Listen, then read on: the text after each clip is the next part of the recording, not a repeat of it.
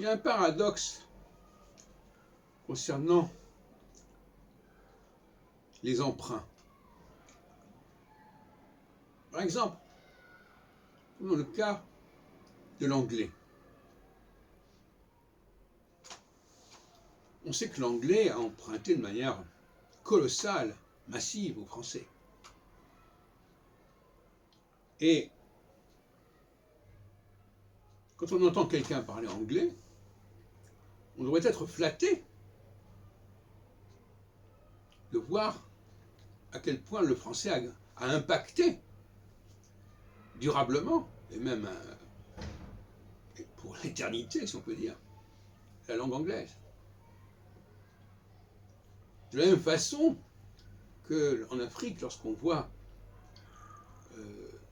tous ces pays francophones, qui sont maintenant indépendants, qui parfois d'ailleurs ne veulent plus traiter avec la France, on voit également l'impact qu'a eu la France.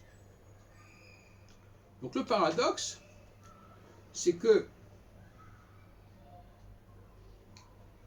la question de l'influence est majeure dans cette histoire. Celui qui a emprunté ce que j'ai fait, il témoigne de mon influence en tant qu'individu et en tant qu'État, qui sont les deux veulent. Bon. Donc, quelque part, il me rend service.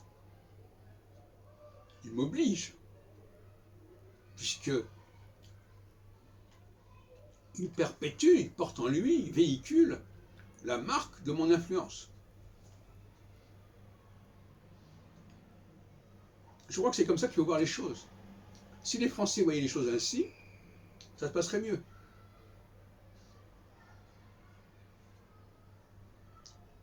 Je note simplement que dans cette campagne, qui se veut parfois très nationaliste, des gens comme Éric Zemmour, par exemple, ne parlent absolument pas de l'influence du français dans le monde.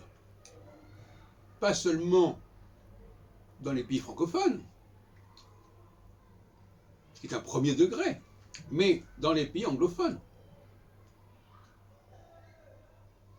Et il est essentiel que dans les écoles, si j'étais candidat quelque part, je dirais qu'il faut absolument que dans les écoles, l'enseignement du français et de l'anglais mette l'accent sur l'influence du français sur l'anglais. Ne serait-ce que pour des raisons pédagogiques. La première chose à faire quand on apprend l'anglais, c'est d'apprendre à prononcer à l'anglaise le mot français, ce qui n'est pas le cas. Le paradoxe, c'est que souvent les petits français ne savent pas utiliser les mots français de l'anglais. Et donc ils s'occupent de parler un anglais germanique qui n'existe pas en fait, qui est artificiel.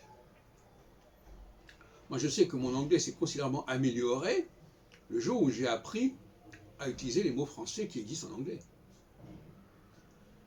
Et donc d'ailleurs les anglophones. Alors, et il faudrait aussi demander que, notamment aux États-Unis, lorsque l'on enseigne l'anglais et le français, on rappelle l'influence du français.